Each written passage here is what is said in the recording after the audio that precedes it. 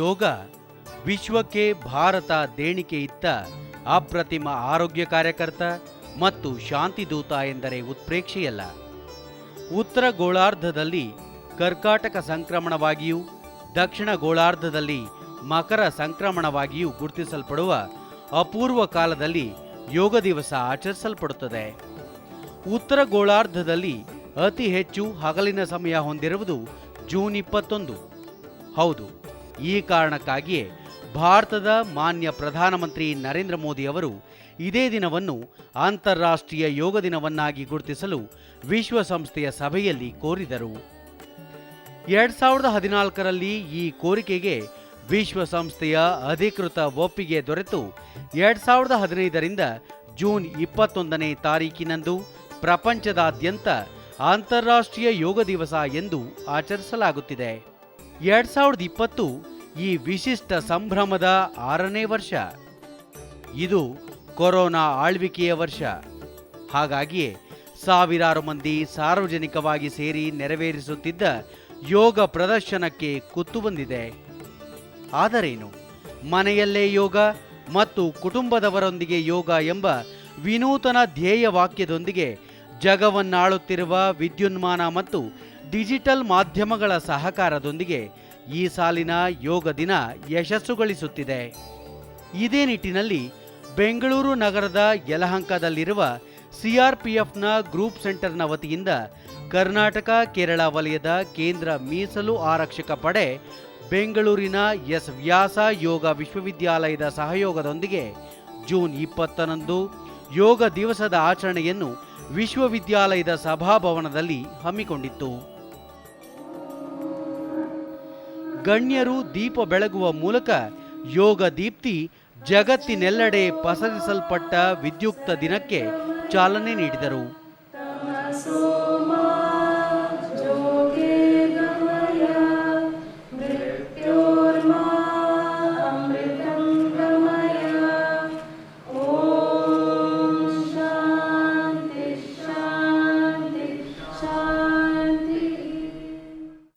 ಮಾನ್ಯ ಪ್ರಧಾನಿ ನರೇಂದ್ರ ಮೋದಿ ಅವರ ಯೋಗ ಗುರುಗಳು, ಪದ್ಮಶ್ರೀ, ಯೋಗಶ್ರೀ ಪುರಸ್ಕೃತ ಹೆಸರಾಂತ ಯೋಗ ಚಿಕಿತ್ಸಕರು ಹಾಗೂ ಭಾರತೀಯ ಯೋಗ ಒಕ್ಕೂಟದ ಅಧ್ಯಕ್ಷರೂ ಆಗಿರುವಂತಹ ಡಾಕ್ಟರ್ HR ನಾಗೇಂದ್ರ ಯೋಗಾಭ್ಯಾಸದ ಮಹತ್ವ ಕುರಿತಾಗಿ ದೀರ್ಘ ಉಪನ್ಯಾಸ ನೀಡಿದರು.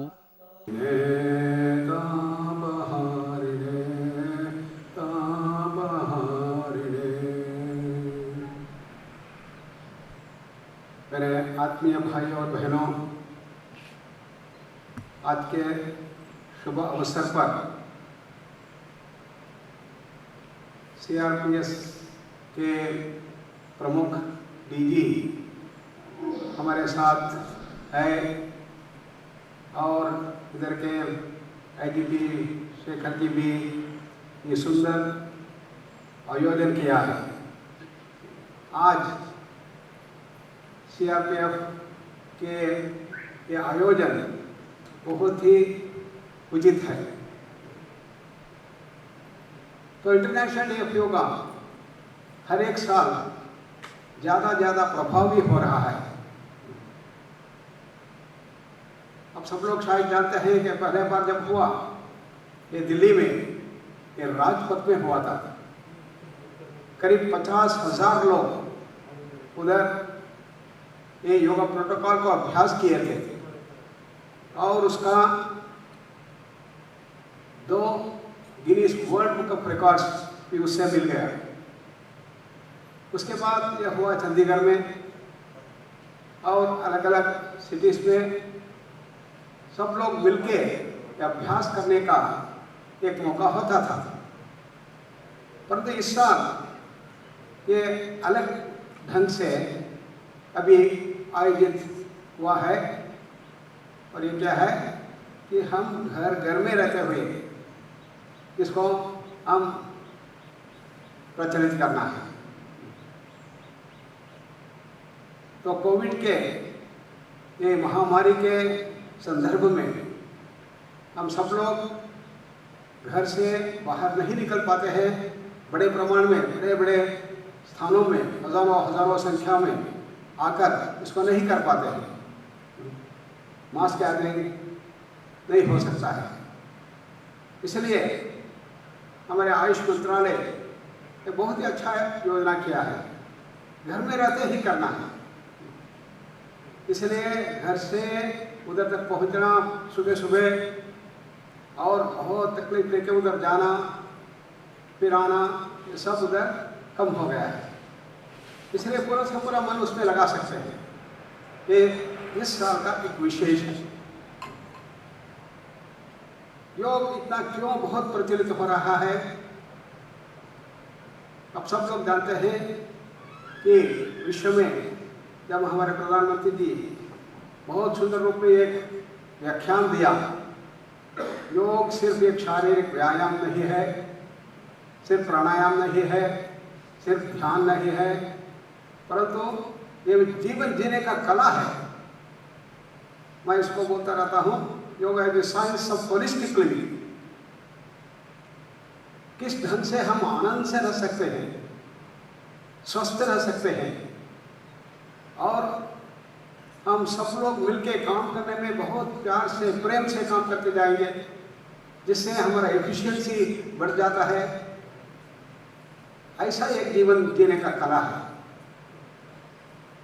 हजारों साल पहले हमारे देश के जो योग मास्टर्स थे, ऋषिवर थे, ये सब लोग इसको आविष्कार किया। दुनिया में लोग कैसे रहना है इसके बारे में,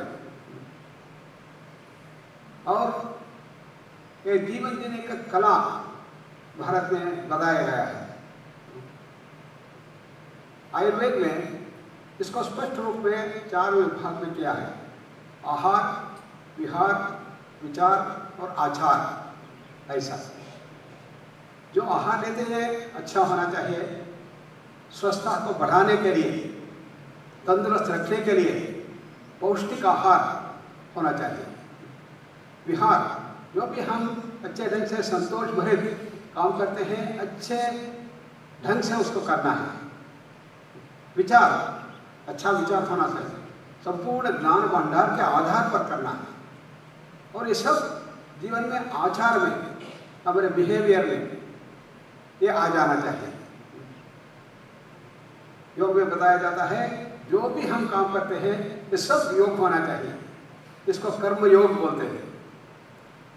हर एक कर्म को योग में परिवर्तन करना। ये कैसा हो सकता है? खाना पीना, चलना फिरना और मलमूत्र विसर्जन करना सब योग हो सकता है? नहीं हो सकता है, ऐसा लगता है हमको। आपके जीवन में भी ऐसे बहुत ही चुनौतियां आते रहते हैं दिन भर दिन, इसलिए आपका स्ट्रेस लेवल ज़्यादा हो जाता है और उसी में लग जाता है। इसलिए आजकल देखते हैं बहुत लोग हाइपरटेंशन से, हार्ट प्रॉब्लम से और डायबिटीज से, सब इससे त्रस्त है, व्यस्त है, तनाव भरे जीवन हो गया है। आजकल के कोविड के या महामारी के स्थान में भी इसी का बहुत मुख्य पात्र है तनाव। तनाव भरित जीवन, इससे हमारा इम्यून सिस्टम कमजोर हो जाता है। ये जो कोरोना वायरस है, ये सब वायरस में बहुत बड़ा है।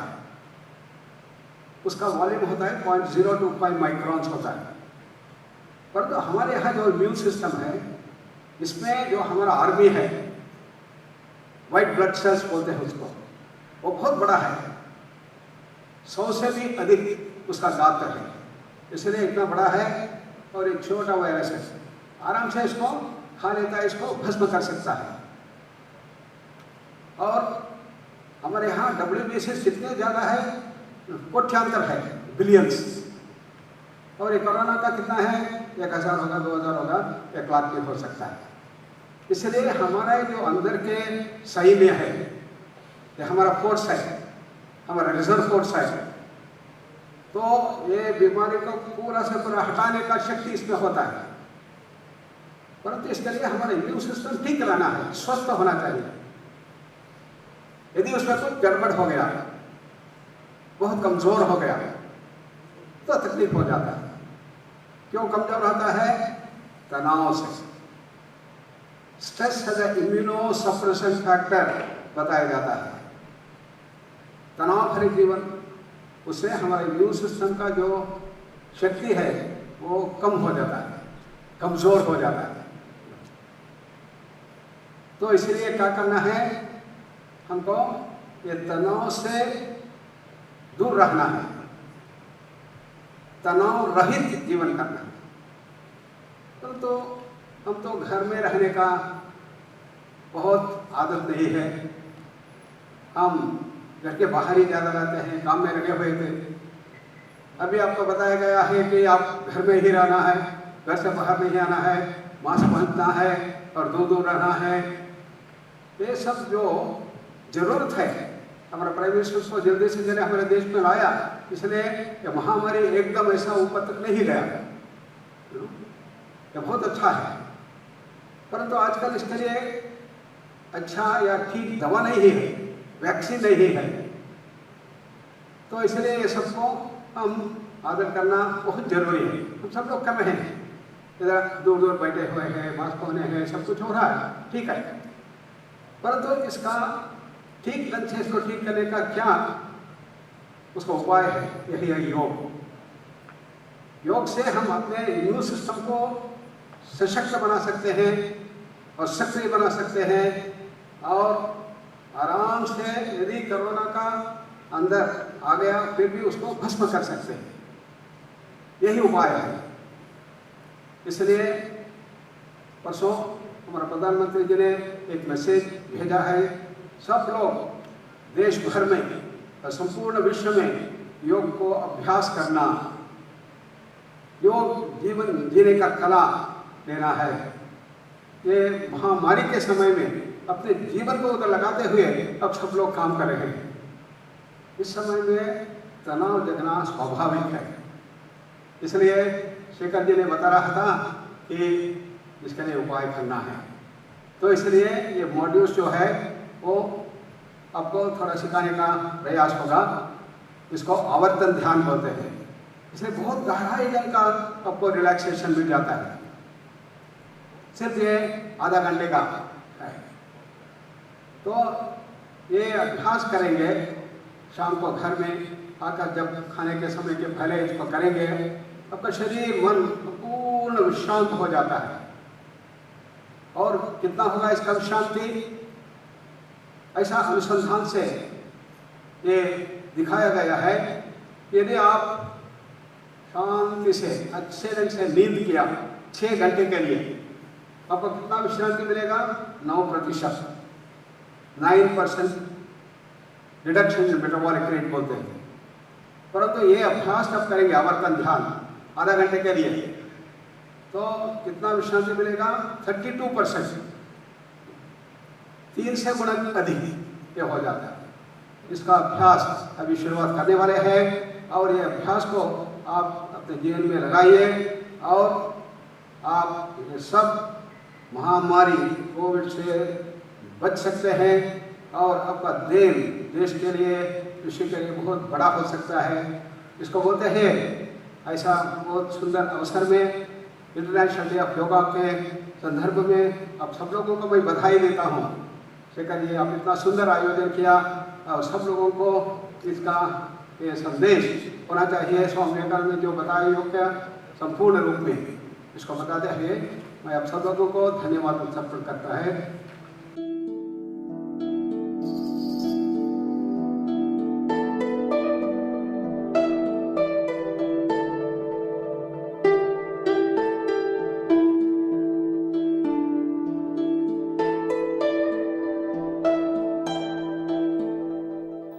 ಸುಮಾರು 40ಕ್ಕೂ ಹೆಚ್ಚು ಯೋಗ ಪಟುಗಳು ಸಾಮಾಜಿಕ ಅಂತರ ಕಾಯ್ದುಕೊಂಡು ಸಭಾಭವನದ ಗಡಿಯಲ್ಲೇ ವಿವಿಧ ಯೋಗಾಸನಗಳ ಪ್ರದರ್ಶನ ನೀಡಿ ಕಾರ್ಯಕ್ರಮಕ್ಕೆ ಪ್ರಾಯೋಗಿಕ ಮೆರುಗು ತಂದುಕೊಟ್ಟರು.